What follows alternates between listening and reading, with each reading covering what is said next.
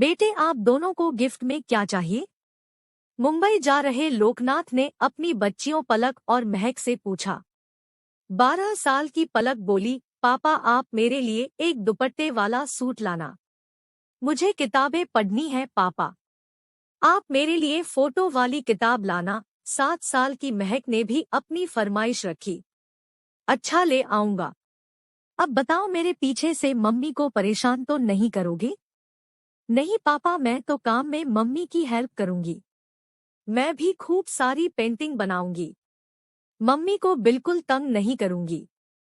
पापा मुझे भी ले चलो ना, मुझे मुंबई देखना है, मचलते हुए महक ने कहा। चुप कर, मुंबई बहुत दूर है। क्या करना है जाकर? अपने बनारस से अच्छा कुछ नहीं, पलक ने बहन को डांटा। नहीं, मुझे तो पूरी दुनिया देखनी है, महक ने जिद की। ठीक है मेरी बच्ची, अभी तू छोटी है, बड़ी होगी तो खुद से देख लेना दुनिया, लोकनाथ ने प्यार से महक के सर पर हाथ फिराते हुए कहा। पलक और महक दोनों एक ही माँ की कोख से पैदा हुई थी, मगर उनकी सोच, जीवन को देखने का नजरिया और स्वभाव में जमीन आसमान का फर्क था। बड़ी बहन पलक जहाँ बेहद घरेलू और बातूनी थी और जो भी मिल गया उसी में संतुष्ट रहने वाली लड़की थी, तो वहीं महक को नई नई बातें जानने का शौक था। वह कम बोलती और ज्यादा समझती थी। पलक को बचपन से ही घर के काम करने पसंद थे। वह 6 साल की उम्र में माँ की साड़ी लपेटकर किचन में घुस जाती और कलछी चलाती हुई कहती, देखो छोटी मम्मी खाना बना रही है। तब उसके पिता उसे गोद में उठाकर बाहर निकालते हुए अपनी पत्नी से कहते, लगता है हमें इसकी शादी 18 साल से भी पहले ही करनी पड़ेगी। इसे घर घर खेलना ज्यादा ही पसंद है।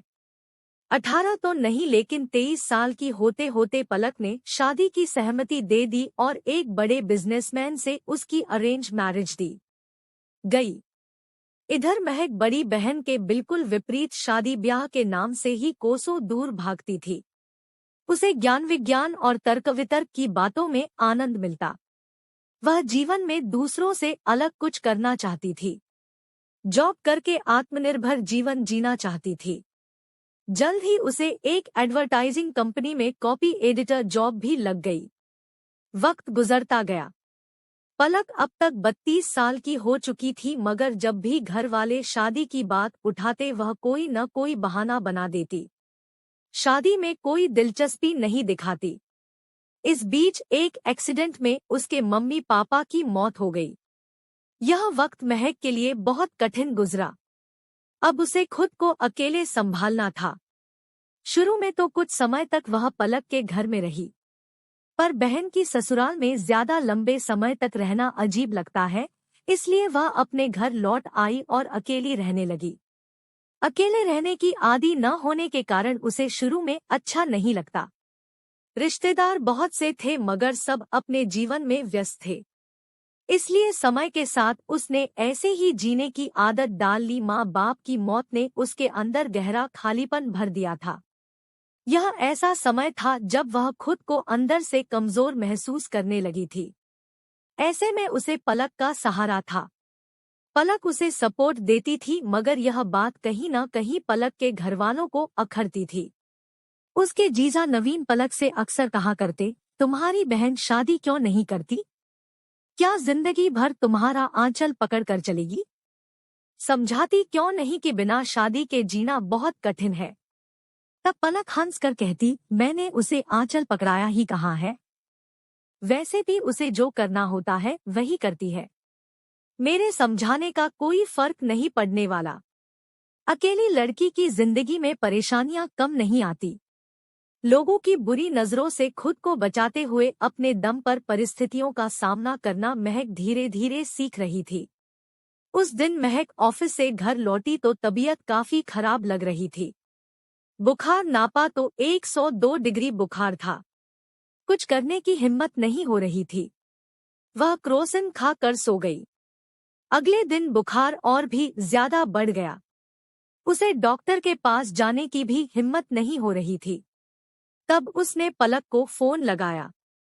पलक ने उसे अपने घर बुला लिया। घर के पास ही एक डॉक्टर से दवाइयां लिखवा दी। महक को टाइफाइड था। ठीक होने में 10 से 12 दिन लग गए। फिर जब तक महक पूरी तरह ठीक नहीं हो गई तब तक वह पलक के ही घर रही। पलक उसके खाने पीने का अच्छे से प्रबंध करती रही। महक की वजह से उसके काम काफी बढ़ गए थे। कई बार उसकी वजह से पलक को पति की बात भी सुननी पड़ जाती। तब पलक उसे समझाती कि शादी कर ले। ठीक होते ही महक अपने घर आ गई। एक दिन रात में 8 बजे महक ने पलक को फोन कर कहा, मेरे घर के सामने 2 अनजान युवक बहुत देर से खड़े बातें कर रहे हैं। मुझे उनकी मंशा सही नहीं लग रही।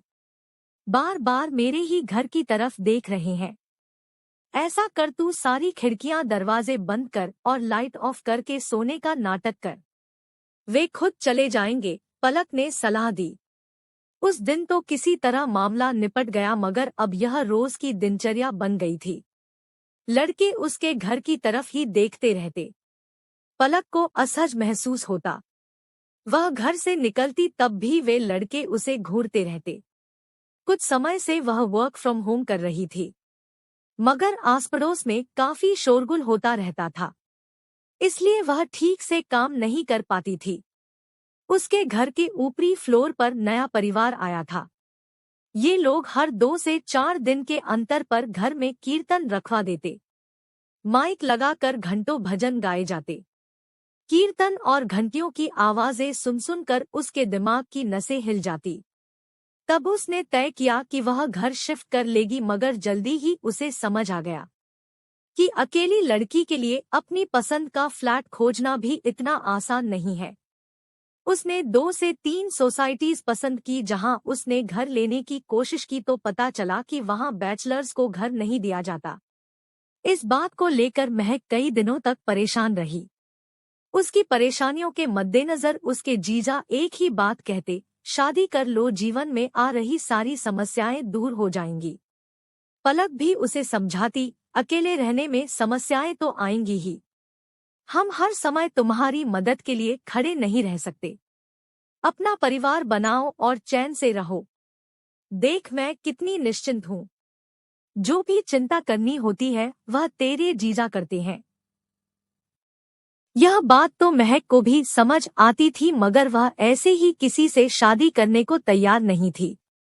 वह शादी तभी करना चाहती थी जब कोई उसे पसंद आए और उसके लायक हो। तब उसके लिए जीजा ने एक रिश्ता सुझाया और उसके साथ महक की मीटिंग फिक्स कर दी।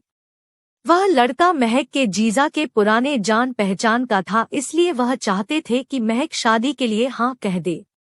मगर महक को वह जरा भी पसंद नहीं आया। ठिगना कद और 12वीं पास वह लड़का महक की सोच के आगे कहीं भी नहीं टिकता था।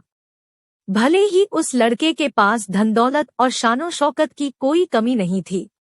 वह एक शानदार बंगले और कई गाड़ियों का मालिक भी था, मगर महक को जीवन साथी के रूप में कोई अपने जैसा पढ़ा लिखा और काबिल इंसान चाहिए था। महक उसे इनकार करके चली आई। इस बात पर जीजा और भी ज्यादा भड़क गए। पलक को सुनाते हुए बोले, खबरदार, जो अब महक के लिए कुछ भी किया या उसकी मदद करने की कोशिश भी की, उसे खुद की काबिलियत और शिक्षा पर बहुत घमंड है। देखता हूँ अकेली लड़की कितने समय तक अपने बल पर जी सकेगी। हर काम में तो उसे हमारी मदद चाहिए होती है। हमारे बिना 4 दिन भी रह ले तो बताना। यह तो सच है कि उसे हर समय हमारी मदद चाहिए होती है, मगर जब कोई सलूशन बताओ तो मानती नहीं। मैं खुद उससे तंग आ गई हूँ।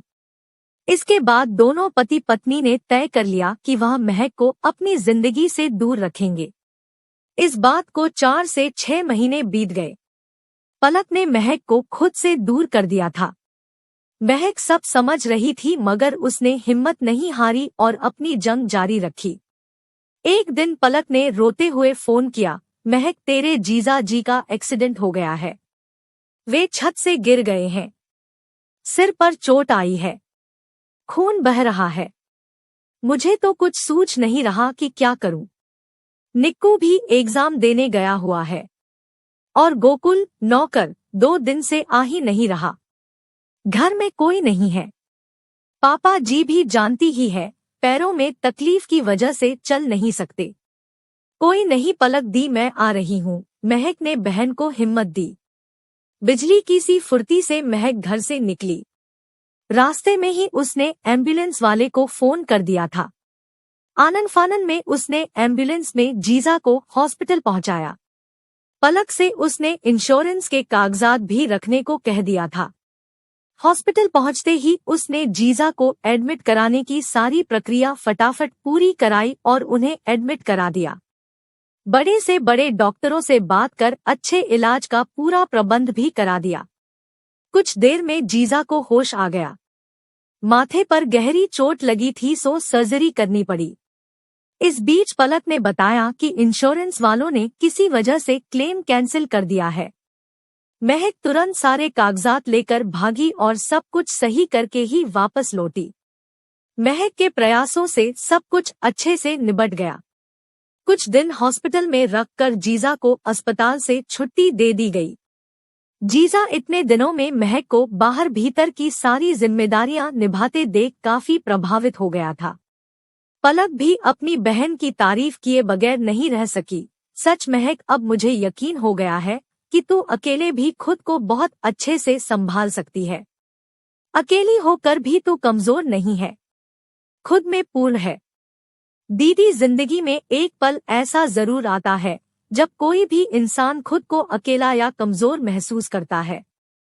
जैसे आपकी जिंदगी में भले ही सब कुछ है, पति है, बेटा है, घर परिवार है, मगर सोचिए जब पूरे दिन परिवार के लिए काम करने के बाद रात में जीजाजी आपको किसी कारण से बात सुनाकर बाहर चले जाते हैं, निक्को अपने मोबाइल में और अंकल टीवी में बिजी रहते हैं, तब क्या आपको नहीं लगता कि आप बहुत अकेली हो?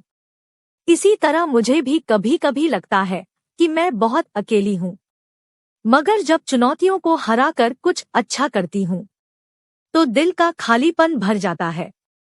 आखिर अपनी जिंदगी अपनी पसंद के अनुसार हम खुद चुनते हैं। इसमें सही या गलत नहीं होता, बस परिस्थितियां ही सही या गलत होती है। पलक ने बहन को गले लगाते हुए कहा, मैं समझ गई हूँ महक, तू मेरे जैसी नहीं पर मुझसे कम भी नहीं। तेरी सोच अलग है मगर कमजोर नहीं, बहुत स्ट्रॉन्ग है तू। आज तेरा लोहा सिर्फ मैंने ही नहीं, तेरे जीजा ने भी मान लिया है। मेरी प्यारी बहन, मुझे तुझ पर गर्व है। पलक से अपनी तारीफ सुनकर महक की आंखों में विश्वास भरी चमक उभर आई थी।